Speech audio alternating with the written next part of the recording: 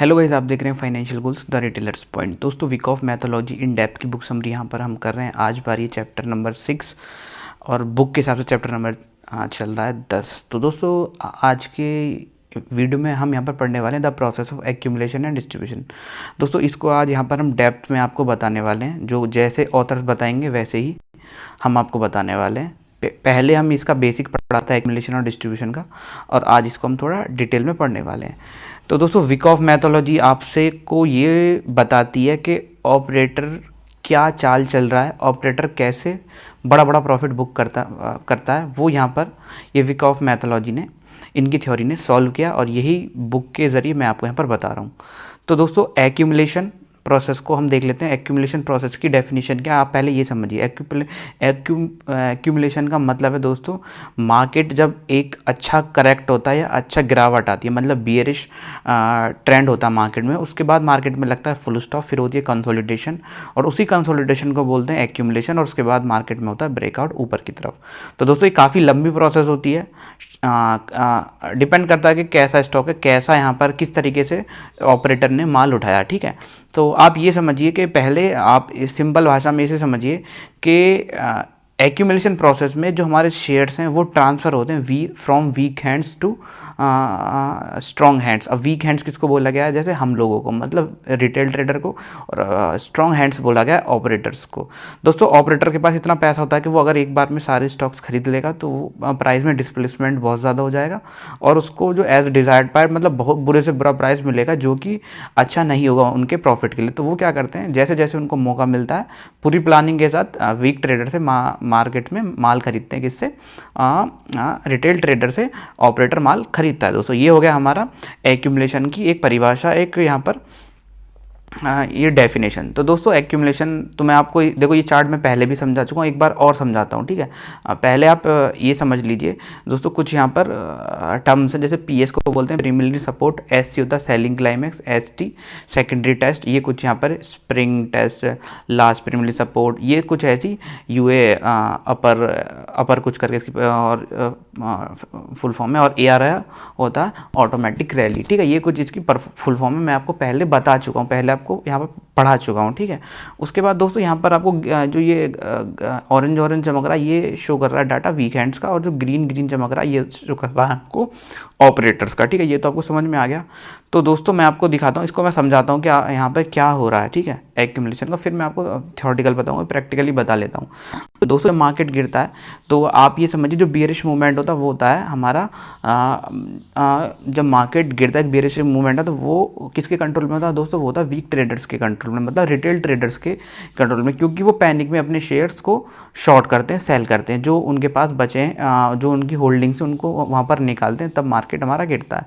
तो मोस्टली ऐसा बोला जाता है कि बियरिश मार्केट हमारा रिटेल ट्रेडर्स के हाथ में होता है। ठीक है, तो दोस्तों, यहाँ पर क्या होता है, मार्केट हमारा गिरा है, उसके बाद यहाँ पर क्या होता है, यहाँ से जब यहाँ पर ट्रेंड ख़त्म होने वाला होता है, तब जो हमारा ऑपरेटर है वो हल्की हल्की क्वांटिटी में स्टार्ट कर देता है बाइंग करना।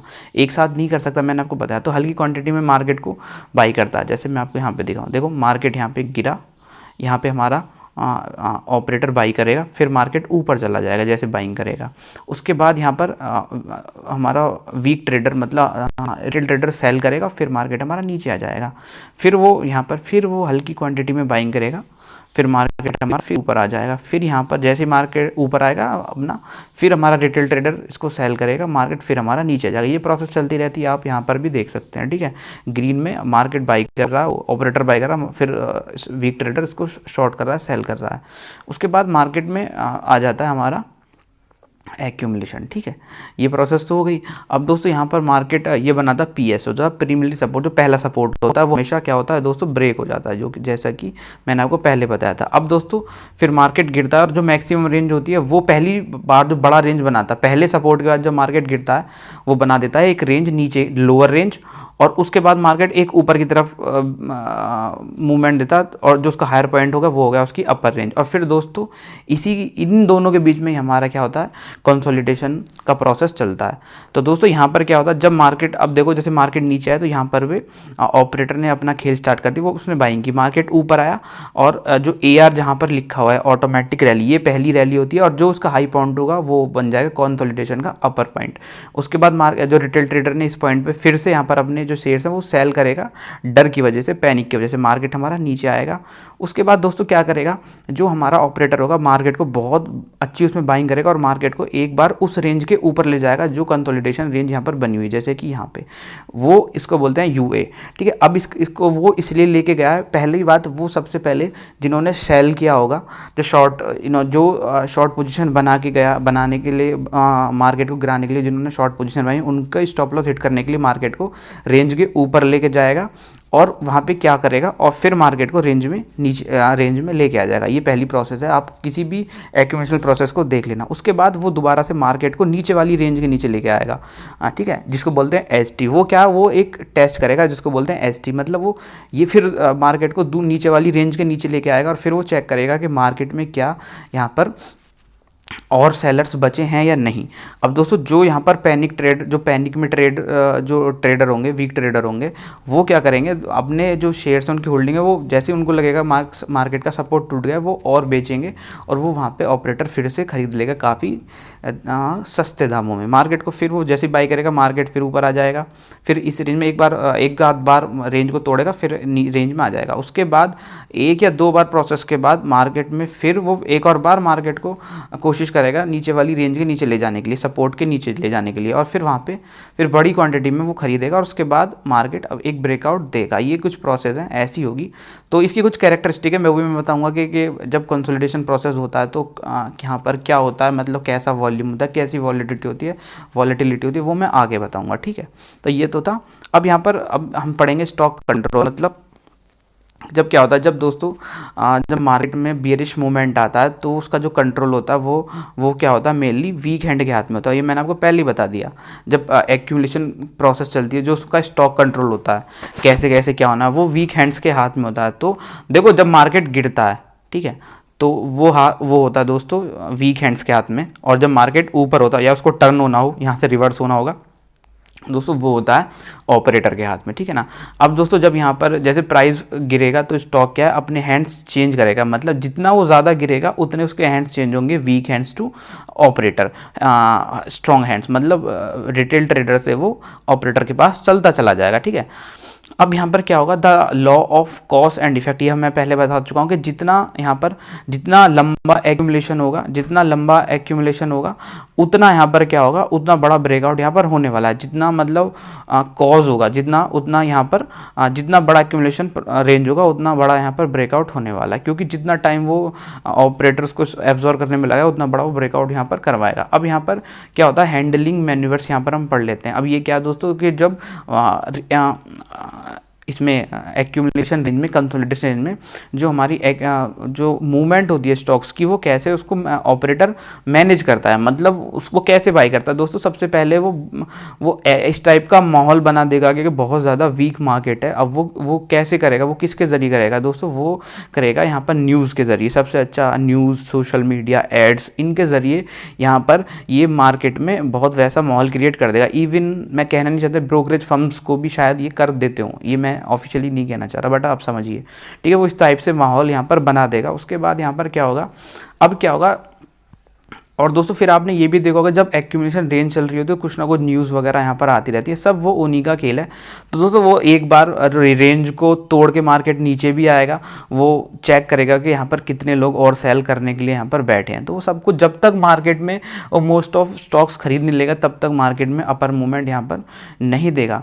ठीक है। तो और दोस्तों यहाँ पर कभी कभी क्या होता है, जैसे शेकिंग इवेंट होता है, मतलब जैसे रेंज में मार्केट चल रहा है और एक दो नीचे की तरफ दे दिया, तो दोस्तों जितना वो देगा उतना बड़ा मूवमेंट ऊपर की तरफ होगा। इसको बोलते हैं दोस्तों शेकिंग इवेंट। ठीक है ना। तो दोस्तों ये यहाँ पर हुआ। अब यहाँ पर जब तक वीक हैंड्स को वो मार्केट से बाहर नहीं कर देगा तब तक एक्यूमुलेशन रेंज चलती रहेगी। ठीक है। अब यहाँ पर क्या होगा दोस्तों, जब यहाँ पर टू कीप वन सेक्शन, ये वही बता रहे हैं कि जब तक यहाँ पर पूरा माल नहीं खरीद लेगा ऑपरेटर तब तक वो ब्रेकआउट नहीं देगा। अब दोस्तों काउंटर पार्ट लिक्विडिटी, दोस्तों लिक्विडिटी भी बहुत ज़्यादा ज़रूरी है, ठीक है ना। अब लिक्विडिटी को मैं क्यों कह रहा हूँ वो मैं आपको बताता हूँ। लिक्विडिटी भी अब लिक्विडिटी कैसे मैनेज होती है दोस्तों, फैक्ट ये है कि जैसे ही मार्केट में क्या होगा, जिन लोगों ने अपने स्टॉप लॉस लगा रहे होंगे, जैसे यहाँ पर देखो ऑपरेटर बाई कर रहा है, वीक ट्रेडर यहाँ पर सेल कर रहा है, ठीक है। तो सिंपल बात है, जब यहाँ पर जैसे मैं आपको एक एग्जांपल दूँ, देखो ये ऊपर की रेंज है, ये नीचे की रेंज है, ठीक है। मार्केट यहाँ पे लोग क्या कर लेंगे, यहाँ पर कुछ यहाँ पर देखो दोनों तरह के लोग हैं, कुछ यहाँ पर इसको सेल करेंगे, इस पॉइंट पे कुछ सेल करेंगे, कुछ इस पॉइंट पे बाई करने के लिए अपने ऑर्डर डालेंगे। तो दोनों तरीके से जो ऑपरेटर है वो यहाँ पर खाएगा, ऊपर से यहाँ पर सेलर्स को खाएगा और नीचे को तोड़ के बायर्स के स्टॉप्स खाएगा, और उन्हीं स्टॉप्स के जरिए लिक्विडिटी मेंटेन होगी यहाँ पर मार्केट में, ठीक है। अब यहाँ पर आ रहा the path of least resistance, ये आप देख सकते हैं the path of least resistance का मतलब ये है दोस्तों, ब्रेकआउट तभी होगा मार्केट में जब यहाँ पर हमारे ऑपरेटर को कम से कम रेसिस्टेंस फेस करना पड़ेगा। मतलब यहाँ पर ऐसा नहीं है यहाँ से ब्रेकआउट करा और आगे जाके फिर से रेसिस्टेंस हो गया ना। आपने कभी भी देखो जब ब्रेकआउट होता है तो बड़ा ही ब्रेकआउट होता है, तो वो तब तक यहाँ पर ब्रेकआउट नहीं देगा जब तक उसको लगेगा कि मार्केट कहीं रुक सकता है, ठीक है ना। तो दोस्तों ये होगी एक्यूमुलेशन। अब दोस्तों common characteristics of accumulation range, मतलब क्या क्या होता है एक्यूमुलेशन रेंज में, वो हम यहाँ पर पढ़ने वाले हैं दोस्तों। सबसे पहले क्या होगा, जब भी एक्यूमुलेशन होगा तो क्या होगा, वॉल्यूम यहाँ पर घट जाएगा, रेंज का वॉल्यूम बिल्कुल यहाँ पर घट जाएगा। जो रेंज में मूवमेंट होगी अंदर उसका वॉल्यूम बहुत ज़्यादा कम होगा, और जो प्राइस और वॉल्यूम की फ्लैक्चुएशन है वो बहुत ज़्यादा कम हो जाएंगी। पहला आपको ये कैरेक्टरिस्टिक है। दूसरा, test to the zone of range without volume, मतलब यहाँ पर क्या होगा, टेस्ट करेगा वो बार बार, जैसे मान लो ये अपर रेंज है, ये लोअर रेंज है, इसको ब्रेक करेगा बट वॉल्यूम बहुत ज़्यादा कम होगा, ये आपको देखना पड़ेगा, ठीक है। स्प्रिंग टू प्रीवियस लो भी यहाँ पर बार बार चेक कर सकता है, either over the support area और over minor lows within the range. मतलब सेम मैं आपको बताता हूँ, wider and smoother upward movement, मतलब जो गिरावट वाली मूवमेंट होंगी वो मतलब बहुत घिचपिच टाइप होगा, बट जो ऊपर की तरफ मूवमेंट होंगी वो बहुत वाइडर और स्मूथ यहाँ पर होने वाले हैं। ये कुछ कैरेक्टरिस्टिक हैं। और development of rising high and low, अब दोस्तों sequence should already be served in last stage of the just before the start of bullism, do not total control of buyer. मतलब यहाँ पर जब मार्केट ऊपर की तरफ भागेगा तो आपको एस टाइप का मूवमेंट दिखेगा। अब जब नीचे की तरफ आ रहा तो बड़ी बड़ी कैंडल्स आ रहा था, बट ऊपर की तरफ आप देखेंगे तो अच्छा और स्मूथ तरीके से यहाँ पर जाने वाला, वो यही यहाँ पर कहने वाले हैं, ठीक है। राइजिंग हाईज एंड लोज, मतलब जो हायर हाई बनते हैं उस टाइप का यहाँ पर कुछ बनेगा। और beginning of the bullish movement when there is no longer any stock to be, जब सारे स्टॉक्स उनके पास आ जाएंगे दोस्तों तब वो यहाँ पर एक बड़ा मूवमेंट करेंगे। अब दोस्तों ये आता है री एक्यूमुलेशन, मतलब दोस्तों यहाँ पे मार्केट गिरा, यहाँ पर एक्यूमुलेट करा और आपने देखा ब्रेकआउट होता, फिर एक मार्केट फिर कंसोलिडेशन जोन में चला जाता है, तो दोस्तों ये होता है री एक्यूमुलेशन, ठीक है। तो अब ये पढ़ेंगे री एक्यूमुलेशन के भी फेज क्या है, वो भी हम यहाँ पर पढ़ लेते हैं दोस्तों। यहाँ पर फिर से मार्केट में क्या होता है, ब्रेकआउट आता है, ठीक है। अब यहाँ पर क्या देखो, रीएक्यूमुलेशन की जरूरत क्या पड़ी है, रीएक्यूमुलेशन की जरूरत ये पड़ी जब मार्केट में हमारे ऑपरेटर एंटर हुए थे, तो दोस्तों यहाँ पे इस पॉइंट पे इन्होंने सारा माल खरीद लेते ऑपरेटर से, ठीक है। अब क्या हुआ, मार्केट ऊपर चला गया, तो दोस्तों कभी कभी क्या होता है, लोगों को पता लग जाता है कि भाई ये वाला स्टॉक परफॉर्म कर रहा है अच्छा, ठीक है, तो लोग फिर से उस स्टॉक में घुस जाते हैं। जैसे कि रिलायंस में होता है अक्सर, रिलायंस एक वेल नोन शेयर है और उसमें क्या होता है कि जैसे अगर मार्केट में अच्छा मूव आ गया तो लोग बहुत जल्दी उसमें घुस जाते हैं। तो उनको क्या होता है, ये स्टॉक पर डिपेंड करता है कि ऑपरेटर्स को दोबारा से वही प्रोसेस अपनानी पड़ती है, री एक्यूमुलेट वाली। अब डिपेंड ये करता है कि री एक्यूमुलेशन प्रोसेस ज़्यादा लंबी भी हो सकती है, अगर फिर वही प्रोसेस वो अपनाएंगे और वो फिर से जो हमारे रिटेल ट्रेडर है उनको बाहर करने की कोशिश करेंगे, और जब उनके पास फिर से उन रिटेल ट्रेडर को डरा धमका के जैसे भी वो लेके फिर से उसको बड़ा मूवमेंट देंगे। आपने कितनी बार देखा होगा कि एक साथ मूवमेंट हुआ, फिर यहाँ पर रीएक्यूमुलेशन होगा, फिर ऊपर जाएगा। वो यही होता है कि जब कभी कभी रिटेल ट्रेडर को पता लग जाता है कि भाई यहाँ पे इसमें मूवमेंट हो रही है, तो वो दोबारा से आने लगते हैं, वो बाई करने लगते हैं, जिससे क्या होगा दोस्तों, उनका यहाँ पर प्रॉफिट घट जाता है ऑपरेटर्स का। इस वजह से यही रीज़न है इसका रीएक्यूमुलेशन का। तो सेम प्रोसेस है, कुछ भी यहाँ पर अलग नहीं है, सब कुछ यहाँ पर आपको सेम देखने को मिलेगा। आप देख सकते हैं वीक हैंड्स यहाँ पर वही है, प्रीमियम सपोर्ट ऊपर गया, फिर देखो यहाँ पर पूरा प्रोसीजर वही, ये दोबारा से करेंगे, यहाँ पे सेल किया, फिर यहाँ पे बाई करेगा, यहाँ पे बाई किया, ऑपरेटर ने बाई किया, ये पूरा प्रोसीजर बिल्कुल सेम है, कुछ अलग यहाँ पर नहीं दिखेगा आपको दोस्तों, ठीक है। तो यहाँ पर हम आगे चलते हैं और पढ़ लेते हैं थोड़ा सा। The only difference between the two is the structure while the accumulation range begin, ठीक है। ये इन्होंने बताया स्टॉक एब्जॉर्प्शन। देखो री एक्यूमुलेशन रिजल्ट है प्रीवियस अप ट्रेंड का। अब यहाँ पर क्या होता है, ये दोबारा से यहाँ पर हैंड्स चेंज होते हैं। अब ये फिर ये हमको यही बता रहे हैं, जब हमारा ट्रेंड अप ट्रेंड यहाँ पर बिगिन हुआ था तो कंट्रोल पूरा क्या था, ऑपरेटर के हाथ में था, बट जैसे जैसे वो बढ़ा उसको पता लग गया वीक हैंड्स को भी। अब क्या ड्यूरेशन ऑफ द स्ट्रक्चर, अब दोस्तों ये बता रहे हैं यहाँ पर ड्यूरेशन कितना होगा। दोस्तों यहाँ पर जो यहाँ पर जब यहाँ पर री एक्यूमुलेशन होगा वो यहाँ पर स्ट्रॉन्ग हैंड्स में था, क्योंकि वो स्टॉक को चला के लेके आ रहे हैं। अब यहाँ पर क्या है, अगर उसमें क्या ऑपरेटर ज़्यादा होगा तो ज़्यादा दिन नहीं होगा रीएक्यूमुलेट, अगर उसमें दोबारा से ज़्यादा रिटेल ट्रेडर घुस गए होंगे तो रीएक्यूमुलेशन फिर से लंबा हो सकता है। अब दोस्तों ये क्वेश्चन आता है रीएक्यूमुलेशन और डिस्ट्रीब्यूशन में हम यहाँ पर फ़र्क कैसे निकाल सकते हैं। हमको कैसे पता कि ये रीएक्यूमुलेशन है, ऊपर आने के बाद मार्केट, क्या पता ये डिस्ट्रीब्यूशन मार्केट फिर से नीचे आ जाए, हमको क्या पता दोस्तों। तो दोस्तों ये बताना चाह रहे हैं दोस्तों, ये आपको आएगा प्रैक्टिस से और मेहनत से, और आप जैसे जैसे वॉल्यूम एनालिसिस करेंगे तब आपको पता लग जाएगा। इसका कोई ऐसा रिटिन थंब रूल नहीं कि आपको पता ही होगा भैया ये डिस्ट्रीब्यूशन है। तो ये आपकी मेहनत और ये आएगा आपके जितना आप यहाँ पर एक्सपीरियंस दोस्तों आपको आने वाला है, ठीक है। तो अब दोस्तों डिस्ट्रीब्यूशन आता है, तो दोस्तों डिस्ट्रीब्यूशन को पढ़ने वाले हैं कि डिस्ट्रीब्यूशन में क्या होता है। एक्यूमुलेशन में हमारा बीरिश मूवमेंट में होता है, डिस्ट्रीब्यूशन होता है जब मार्केट हमारा ऊपर आता है, एक अप ट्रेंड के बाद कंसोलिडेशन होता है मार्केट में, और फिर यहाँ पर प्रॉफिट बुकिंग आती है नीचे। ये होता है यहाँ पर डिस्ट्रीब्यूशन। मतलब यहाँ पर एक्यूमुलेशन हुआ था, ऑपरेटर ने माल खरीदा था, ऊपर आया मार्केट, यहाँ पर प्रॉफिट बुकिंग हुई, मार्केट फिर से नीचे आएगा, ये हमारा डिस्ट्रीब्यूशन है। तो सेम फंडा है, कुछ अंतर नहीं है, बस थोड़ा सा अंतर यहाँ पर क्या होगा, यहाँ पर क्या होगा, अपवर्ड मूवमेंट होता है in which there is the process of selling stock by well informed professional. जो वेल इन्फॉर्म्ड प्रोफेशनल है वो अपने स्टॉक्स को सेल करते हैं, जिन्होंने लो प्राइस पे खरीदा था और हाई प्राइस पे वो बेचने की कोशिश करते हैं। Law of cause and effect, तो सिंपल दोस्तों ये वही है, law of cause and effect. जितना लंबा कॉज होगा उतना इफेक्ट होगा, मतलब जितना लंबा यहाँ पर टाइम लगेगा उनको अपने स्टॉक्स को बेचने के लिए, उतना यहाँ पर मार्केट में गिरावट आ सकती है। ये इन्होंने सिंपल बताया। तो दोस्तों इसके चार्ट को भी हम यहाँ पर देख लेते हैं एक बार, ठीक है।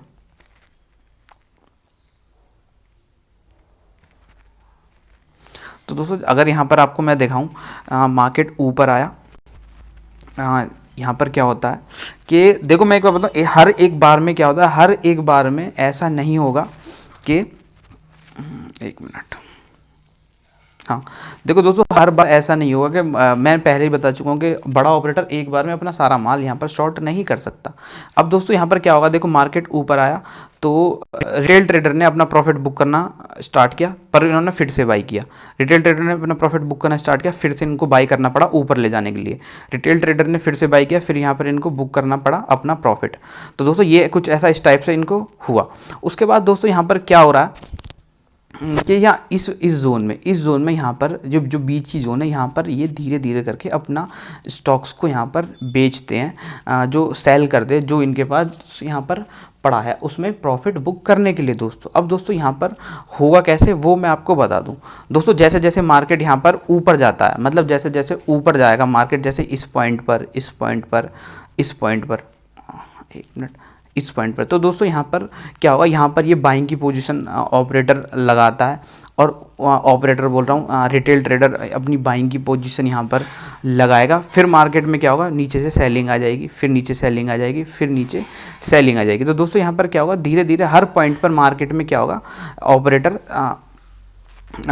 अपना प्रॉफिट यहाँ पर बुक करेगा दोस्तों। तो दोस्तों यहाँ पर आपको समझने वाली बात है कि यहाँ पर इसके कैरेक्टरिस्टिक यहाँ पर समझने वाले हैं कि क्या कैरेक्टरिस्टिक होते हैं जब हमारा क्या होता है इसमें डिस्ट्रीब्यूशन होता है। तो दोस्तों वो मैं अभी आगे आपको बताने वाला हूँ।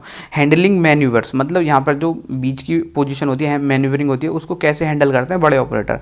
तब यहाँ पर क्या होता है, जो लार्ज ऑपरेटर होता है वो क्या होता है, सपोर्टेड बाय मीडिया होता है। ये मैं आपको पहले ही बता चुका, मीडिया पूरा सपोर्ट करता है। मीडिया आपको बाइंग कॉल देता रहेगा डिस्ट्रीब्यूशन प्रोसेस में, ठीक है ना, कि बाइंग करो, और ऑपरेटर अपना धीरे धीरे माल निकालता रहेगा। अब यहाँ पर क्या होगा, जो मिस इन्फॉर्म्ड ट्रेडर होते हैं वो क्या है, उनकी हेल्प करते हैं उनके स्टॉक्स को सेल करने में, मतलब वो बाई करते हैं, वो सेल करने लगते हैं।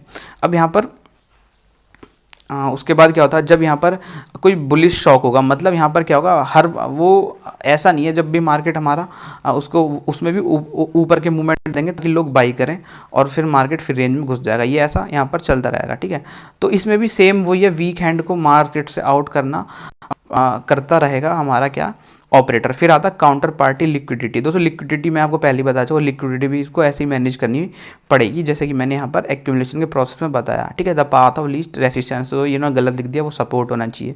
तो दोस्तों यहाँ पर भी ऑपरेटर जब भी यहाँ पर मार्केट को गिराएगा तब जब उसको लगेगा कि नीचे कोई यहाँ पर क्या सपोर्ट नहीं है। दोस्तों ऐसा नहीं है मार्केट में कि सारा जो है वो यहीं जो ऑपरेटर है वो इसी पॉइंट पे अपना सेल कर देगा, वो यहाँ पे भी सेल करेगा, यहाँ पे भी सेल करेगा, यहाँ पे भी सेल करेगा, मतलब जहाँ जहाँ उसको मिलेगा वो सेल करेगा। ऐसा वो इसी पॉइंट पे सारा सेल नहीं कर सकता, मार्केट गिर जाएगा, क्रैश हो जाएगा बुरी तरीके से, ठीक है ना, और उसको अच्छा दाम नहीं मिलेगा। तो दोस्तों इसके कुछ वो है वो आप ध्यान रखिए। दोस्तों ये बहुत ज़्यादा इंपॉर्टेंट है दोस्तों, high volume and volatility during range development. दोस्तों जैसे कि एक्यूमुलेशन में यहाँ पर लो वॉल्यूम रहता था, लो वॉलिटिलिटी रहती थी, वहीं डिस्ट्रीब्यूशन रेंज में यही सबसे बड़ा आपको डिफरेंस पता चलेगा दोनों का। इसमें क्या है, हाई वॉल्यूम यहाँ पर रहता है डिस्ट्रीब्यूशन में और ज़्यादा प्राइस फ्लक्चुएट करता है, उसमें कम कर रहा था। Test to the lower zone of the range without volume, मतलब क्या करेगा, लोअर जोन यहाँ पर टेस्ट करेगा विदाउट वॉल्यूम बार बार, ठीक है। आप देखना upward shake to previous high, bar upward shake भी मारेगा, ठीक है, विद इन द रेंज ये देगा, बट वॉल्यूम यहाँ पर क्या होगा, इसका क्या होगा, हाई होगा दोस्तों, सॉरी लो होगा, ठीक है। तो यहाँ पर देखो मैं आपको बताऊं, जैसे इन्होंने बताया कि relative volume remain relatively high, कहने का मतलब ये होगा इस रेंज की जब भी मूवमेंट करेगा तो वॉल्यूम ज़्यादा वॉल्यूम के साथ यहाँ पर मूव करेगा। एक या दो बार यहाँ पर आपको शेक्स मिलेंगे, वो आपको ट्रैप करने के लिए होंगे। Wider and more fluid movement and down, दोस्तों जब अगर उसको डिस्ट्रीब्यूशन होगा तो जो नीचे वाले बार्स बनेंगे डाउन वाले वो बहुत स्मूथ बनने वाले ना ऊपर के मुकाबले। Development of degrees maximum and minimum, मतलब जो हायर हाई और जो लोअर हाई और लोअर लो होते हैं वो यहाँ पर आपको बनते नज़र आएंगे, ठीक है। इस टाइप की कंडीशन आपको यहाँ पर नज़र आने वाली है, तो ये भी आप ध्यान में रखना दोस्तों। तो beginning of the bearish movement, फिर दोस्तों फिर से रीडिस्ट्रीब्यूशन आ जाएगा, ठीक है। तो ज़रूरी नहीं है कि एक बार में ऑपरेटर सारे स्टॉक्स को वो सेल करे, तो इसलिए यहाँ पर आपको देखना पड़ेगा कि एक बार में अगर ऑपरेटर एक बार में सारे स्टॉक सेल नहीं कर पाया तो दोबारा से यही चीज़ें आपको देखने को मिल सकती हैं, रीडिस्ट्रीब्यूशन प्रोसेस आपको देखने को यहाँ पर मिल सकती है। तो ये भी आपको ध्यान में रखना पड़ेगा दोस्तों। तो दोस्तों यहाँ पर ये सब मैं आपको बता चुका हूँ, और अभी के लिए हमारा अब जो चैप्टर है ये ख़त्म हो चुका है। ड्यूरेशन ऑफ स्टॉक्स, जो ड्यूरेशन है कितने दिन चल सकती है, तो दोस्तों वो टाइम पर डिपेंड कर रहा है कितना प्रॉफिट, कितनी जल्दी वो प्रॉफिट बुक करने वाले। तो दोस्तों यहाँ पर ये हमारा चैप्टर ख़त्म हो चुका है। अभी नेक्स्ट में हम आएंगे चैप्टर नंबर 7 जो कि इवेंट्स और ये सब यहाँ पर पढ़ने वाले हैं डिटेल में, ठीक है। तो ये आपको यहाँ पर समझ में आ जाएगा, जो कि आप देख रहे हैं ना प्रिलिमिनरी सपोर्ट, ये हम डिटेल में पढ़ने वाले हैं। तो बुक बहुत अच्छी है, आप बने रहे हमारे। तभी के लिए वीडियो खत्म करता हूं। बाय दोस्तों।